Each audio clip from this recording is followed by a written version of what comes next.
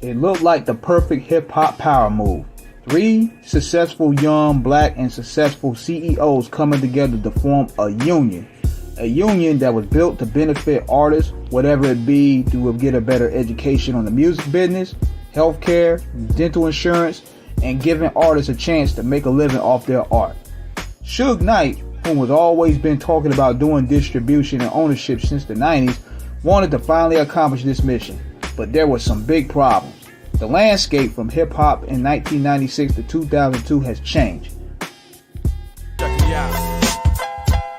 It's still Dre Day, AK.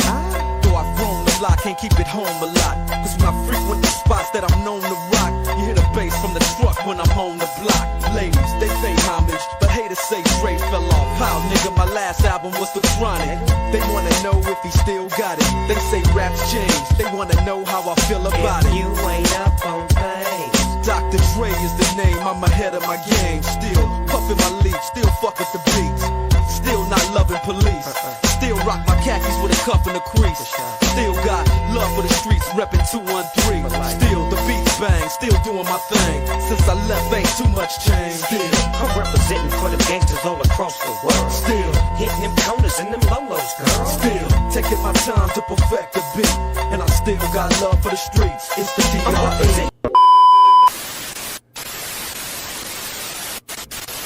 Yeah, I probably got a couple of screws up in my head loose, but no worse than what's going on in your parents' bedroom. Sometimes I'm gonna get on TV and it's let loose, but can't, but it's Cooper time, bring the hump a bit move. My mama's on your lips, my mama's on your lips, and if I'm lucky, you might just give it a little kiss. And that's the message that we deliver to little kids, and expect them not to know what a woman little kid. Of course they're gonna know what intercourse is. By the time they get fourth grade, they got the Discovery Channel, don't they?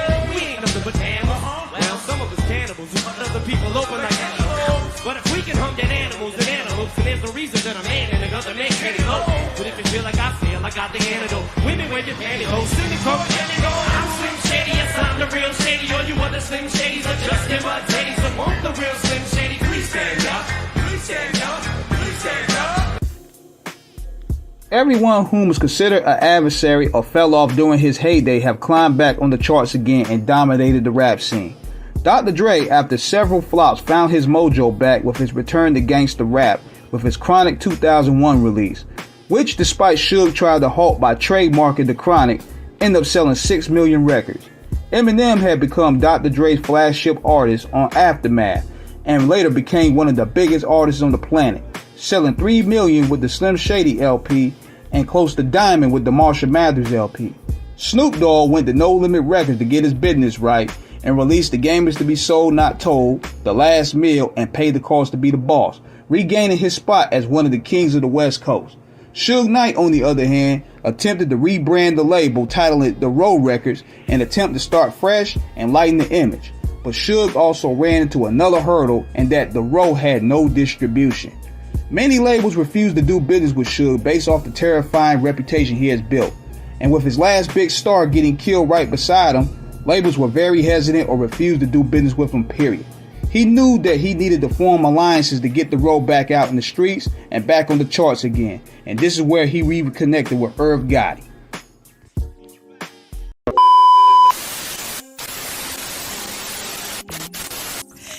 Now, I remember the story about Suge Knight walking into a studio session with you and Ja. Oh, and yeah. it wasn't on a happy note. Nah, it was, I tell you that story. That's a good story. And this explains how me and Suge became friends. Right.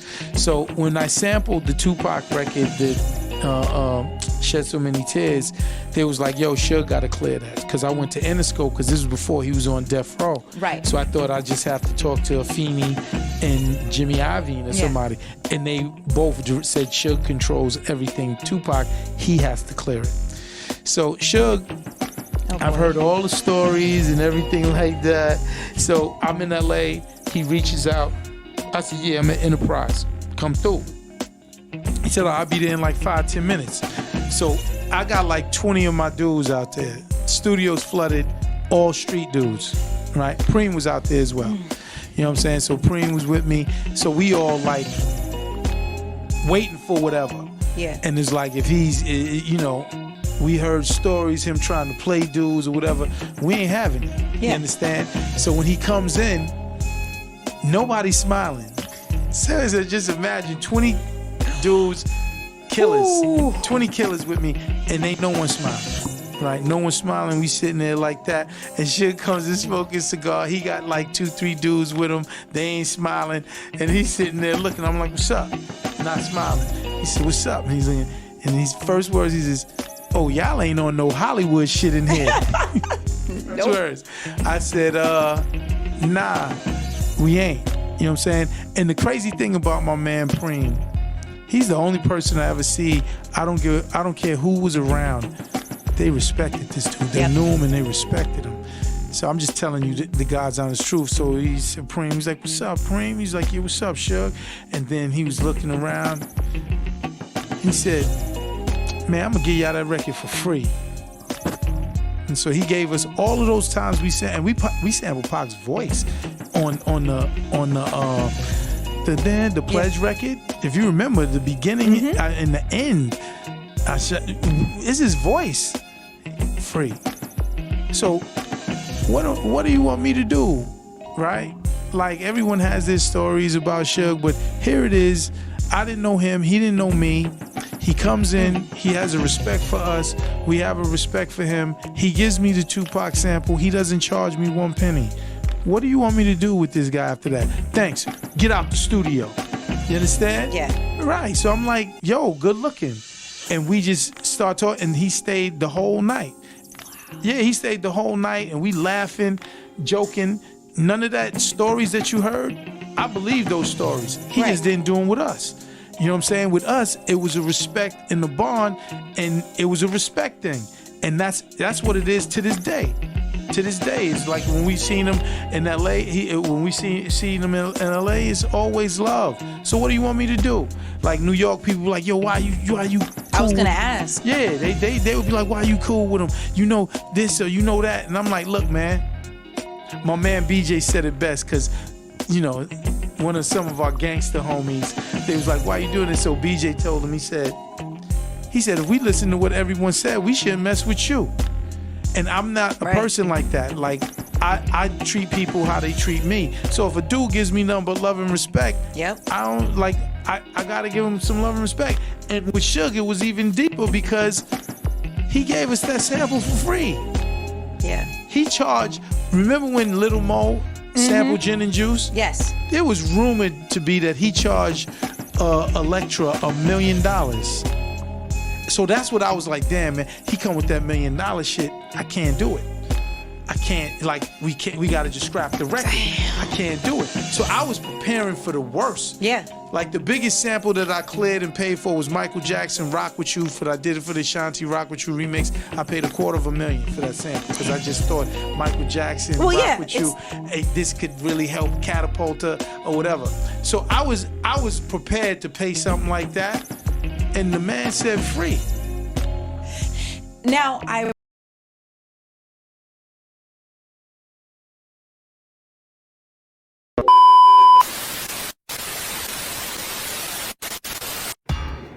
Most of the general public doesn't know that Suge Knight and Irv Gotti go way back to 1994 actually, when Irv and the Rough Riders at the time were shopping the deal for DMX. There were talks of possibly bringing DMX on to Death Row Records, but the deal never fell through, possibly because of the growing East versus West friction at the time, or possibly because they had K Solo, whom was DMX's adversary at the time, over there doing work. Whatever it was, it caused DMX to lash out on the West Coast and dissing Tupac.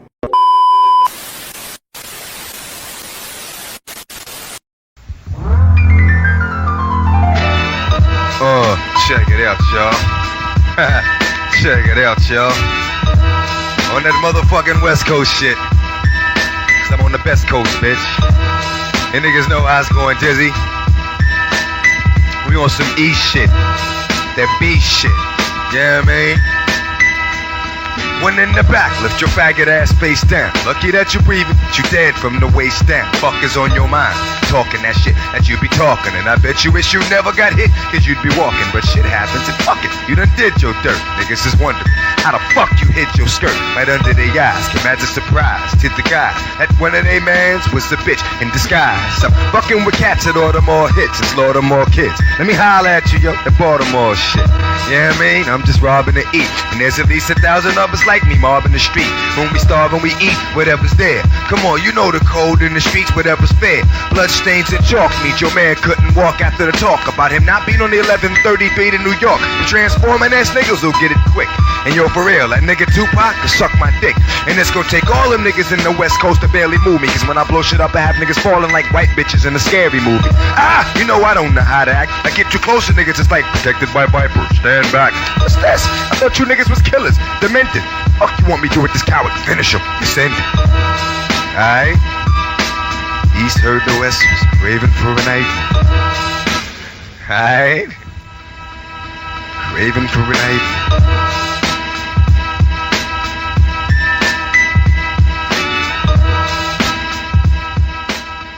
The years would go on, whatever tension that was there would later be mended, as Suge not only would shout out Murder Inc. from prison in interviews, but he would also invite them to do collabs on compilations such as 2002 Gangsta for Radio. Suge also gave Ja Rule and Irv the blessings to redo Tupac's Pain record, and then later, the Pledge remix where Irv Gotti teased a power move and signed to Nas. A new bond was formed. Never take me alive, I'm getting high with my 4-5 cocked on these niggas, time to die, even as a little nigga. You can picture me, hot gun in the rain, I shed a tear, cause this nigga here inherits the pain, and now I'm labeled as a thug nigga. You know the game, smoking weed, fucking hoes, slinging things, that's the life I live. Even if I try to go back, I get lost, and everything I seem to love, I done lost. Fuck the world if they can't understand me, what else could I do? I had to feed my fucking family, your life is my truth, so I'm a drug to your youth, and you don't want them nowhere near me. Now that they can hear me, I spit phrases. Never been a stranger to homicide. My city's full of toe slangers and choke lines. Why do we die at an early age? Niggas so young, but still a victim of the 12 gauge. Feel the rage, this world has been stole from me, and I don't give a fuck 'cause they don't give a fuck about me. So I keep drinking in the sea, busting at my enemies. Will I live to see 23? There's so much pain.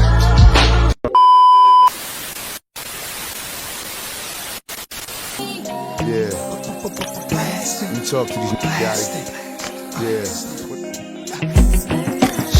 And Lord knows I'll die. Pledge allegiance to homicide, and murder be the case when I kill him. Why would they get a nigga like we started? I'm regarded the hardest working artist is pocket.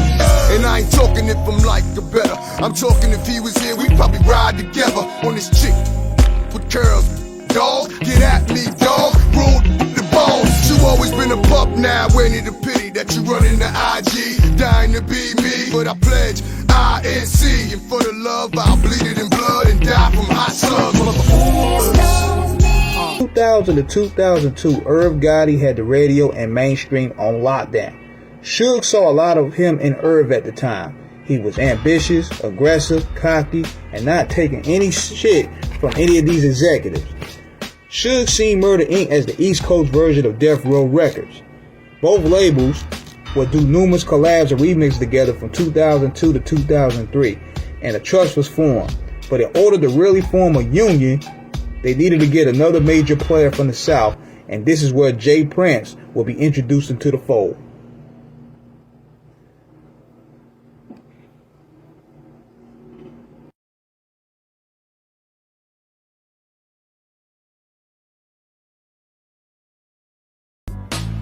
Rap-A-Lot Records founder and CEO James Prince Jr. was possibly one of the most powerful figures in the South.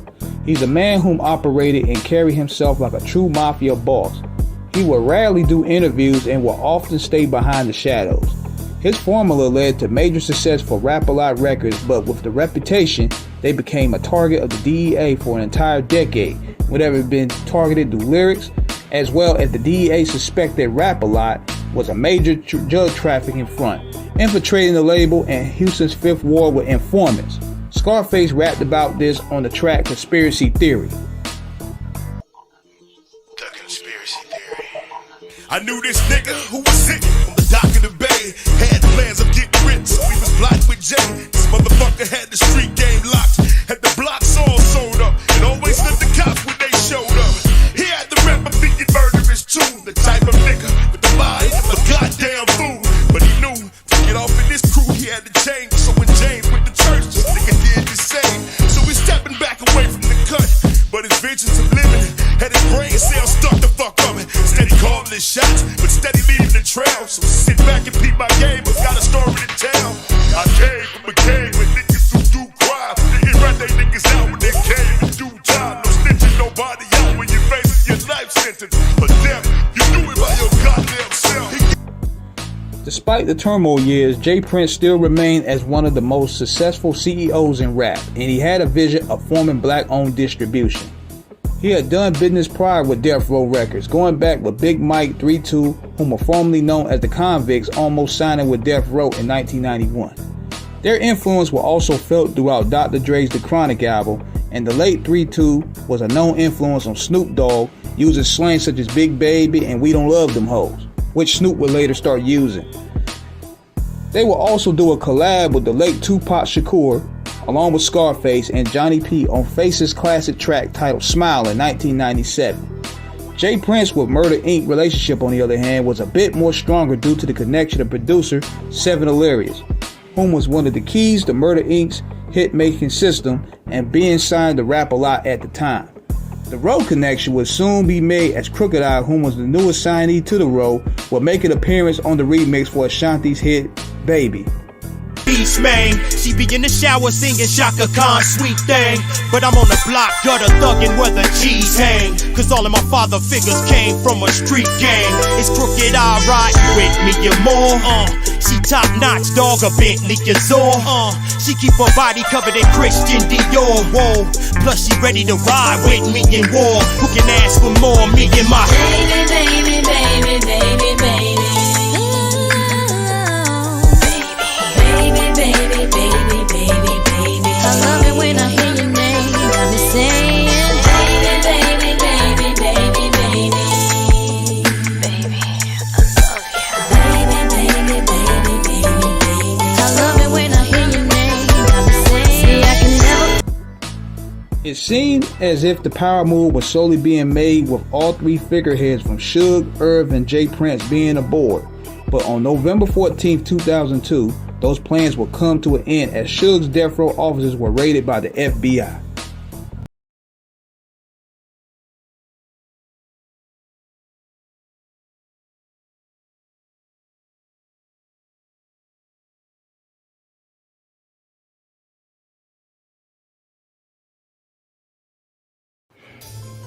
After Suge Knight was targeted, Irv Gotti and Chris Gotti were next targeted by the feds. Their offices were raided and they were later indicted on charges of money laundering, running drugs in New York, Maryland, and North Carolina, and funding the proceeds through Murder Inc. records. The feds wanted to connect Gotti's friend, Kenneth Supreme McGriff, a former drug lord who founded the Supreme Team in the 80s, as funding Murder Inc. with drug money. And just like Suge Knight, the Gottis had to sit back and watch as the FBI freeze them out of the game. And to make matters even worse, their hated adversary and the one they tried to blackball, 50 Cent, ended up being one of the biggest stars in music and blowing up, selling close to 10 million records with his debut album Get Rich or Die Trying, and then later selling 1.5 the first week with The Massacre. 50, Shady, Aftermath, and Interscope dominated the rap charts from 2003 to 2005, and the Gottis couldn't do anything about it. The impact Murder Inc. had in the music game started to diminish as they would spend the next couple of years fighting for their freedom.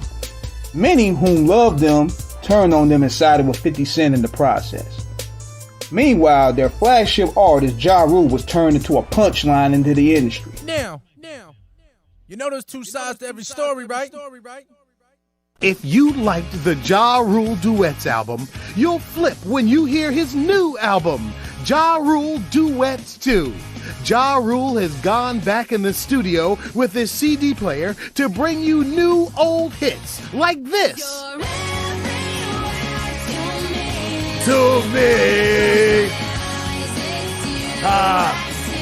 I say, yeah, they believe. Check it. What would I be without you? Rap game's all fucked up now. What we gonna do now? How we gonna eat, man? 50 back around. That's Jalo, punk ass thinking out loud. Southside tie dye, that's just how I get down. I'm back in the game, shawty, the rule and conquer. You sing for hoes and sound like the Cookie Monster. I'm the hardest from New York, my flow is bonkers. All the other hard niggas, they come from Yonkers. It's been years and you had the same niggas in the background. You're never gonna sell Mitsubishi Time Crack Child. Them niggas there just suck, they no good. I ain't never heard a nigga say they like them in the hood. I'm back better than ever, on top of my game. Even them country boys saying 50, we feeling your man. Now y'all stay the fuck out of my zone, out of my throne. I'm New York City's own bad guy, bad guy. It's easy to see when you look at me. If you look closely, 50 don't back down. Everywhere I go, both. The Gottis faced up to 20 plus years in prison, and operations within his business was officially on freeze. They couldn't compete with 50, but there was another question that remained. Who made the call?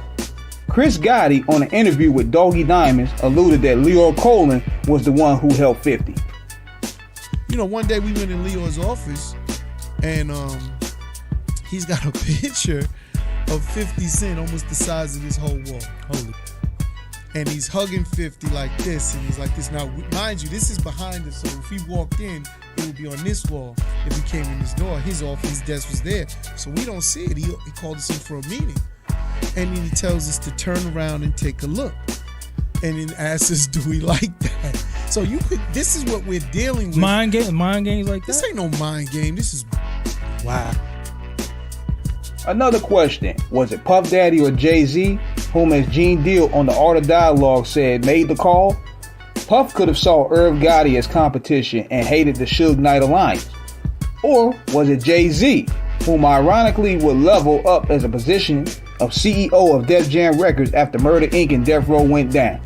Despite the odds against them, the Gottis pled not guilty, and on December 2nd, 2005, the Gottis were acquitted of all charges. While the war was won, the damage had already been done.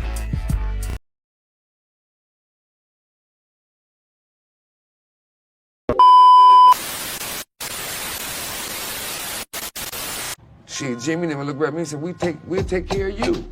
Fuck taking care of me, I take care of myself. If a man lets another man take care of him, he shouldn't be offended or get upset when that man treat him like a bitch. If you allow a man to take care of you, how could you get mad when he tell you shut your punk ass up and go get me a drink? Because you're putting yourself in that position by allowing another man to feed you. Entertainment. I ain't allowed him to have feed a union. me. I let him know I handle my business, do what I need to do to feed All myself. sports have a union. Workers have unions. That makes the movies. If you're a cameraman, it's a union. It's a director. Union. You're an actor. You're a union. Music business didn't have a union. So what we was trying to organize was a way to form a union. And basically, we was going to take 10% of every artist's deal. So if you was a guy, you got $1 million deal, $1 million recording fund, we would tell them, the record label, to make it $1.1 million. So it wouldn't take no money from you, but the label would pay and then recoup it from the artist. But that's $100,000. Now, with that $100,000, you would have health benefits. You could go get your family. You and your family could go get health, dental. You go get your teeth fixed, and you'd have insurance coverages, which you don't have now. You'd also have an annuity. So if you're an artist that went on like a 10, 15-year run, there may be a couple million in that annuity. So now you wouldn't be as fucked up. Like maybe you ain't got 5 cars, but you got 2. You still got your home or whatever like that, and you got a little retirement money. So it was brilliant, man. It was brilliant, but I think the powers that be seen us 3 black men coming together and trying to do something, and that's when, shortly after, that's when the feds started fucking with all of us. Started fucking with me, started fucking with Suge, they've been fucking with Prince. Yeah. You know what I'm saying? So it kind of slowed it down. But I still think to this day it's a brilliant idea. While the Gottis celebrated their freedom, it literally came with a cost, paying close to $10 million in legal fees. Murder Inc. had also lost their distribution from Def Jam during this period, which was the same problem Suge Knight was dealing with. No distributor wanted anything to do with Murder Inc., just like Death Row, and they were left cast to the side. They would later do a deal with Motown, but by the time the records from Ashanti, Ja Rule, Lloyd hit, it didn't do and move in the same pace as before, and they would later leave the label. Suge Knight, on the other hand, was going through his own share of rough turmoil, losing a $107 million lawsuit to Lydia Harris, whom was the wife of former co-partner Michael Harris. It marked the chapter of the end of the original Death Row Records as owned by Suge Knight. Despite later on finally finding a distributor, Ducat Records, and releasing projects from Corrupt, they couldn't recreate the magic of the 90s. And Suge's reputation also took a major hit, as he would get knocked out in the middle of the LA streets from a guy that goes by the name of Greg the Barber. And to make matters even worse, Suge would later lose ownership, the catalog, and everything related to Death Row due to constant lawsuits and settlements, and now currently serving 28 years for a murder rap. Irv Gotti, on the other hand, had given up music later on and focused on film before his unfortunate passing last year. And Jay Prince mainly focused on boxing and developing new artists, alongside Drake. The feds had accomplished their mission and destroyed what could have been monumental for artists, creators, producers, and taste takers, leaving possibly one of the biggest what-ifs in the history of the culture. We will never know for sure. This is King Eric signing out, and thank everybody for tuning in.